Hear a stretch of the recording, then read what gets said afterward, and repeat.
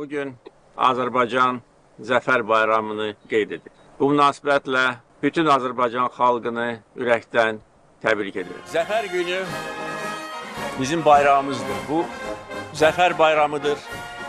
Bu rəşadət bayramıdır. Bu ədalət bayramıdır.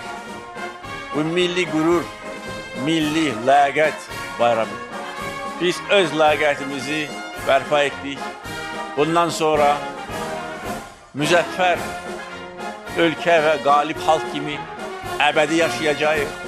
Bundan sonra Qarabağda və Zəngəzurda əbədi yaşayacağıq.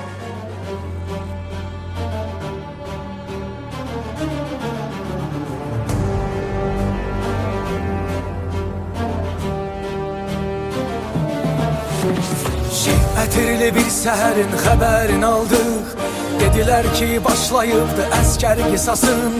Murovdağın zirvəsində bayraq ucaldı.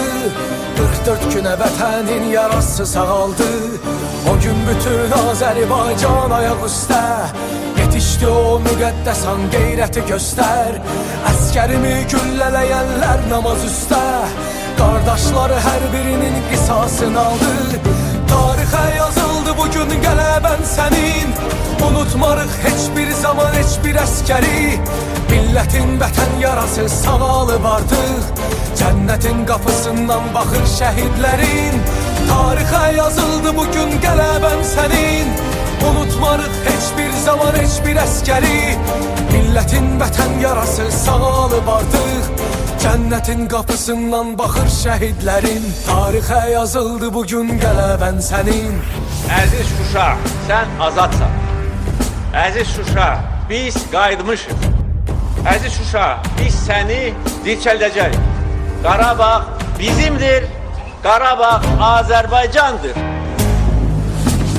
Tarixə yazıldı bugün qələbən sənin. Unutmarıq heç bir zaman heç bir əskəri. Millətin vətən yarası sağalıb artıq. Cənnətin qapısından baxır şəhidlərin. Tarixə yazıldı bugün qələbən sənin. Unutmarıq heç bir zaman heç bir əskəri.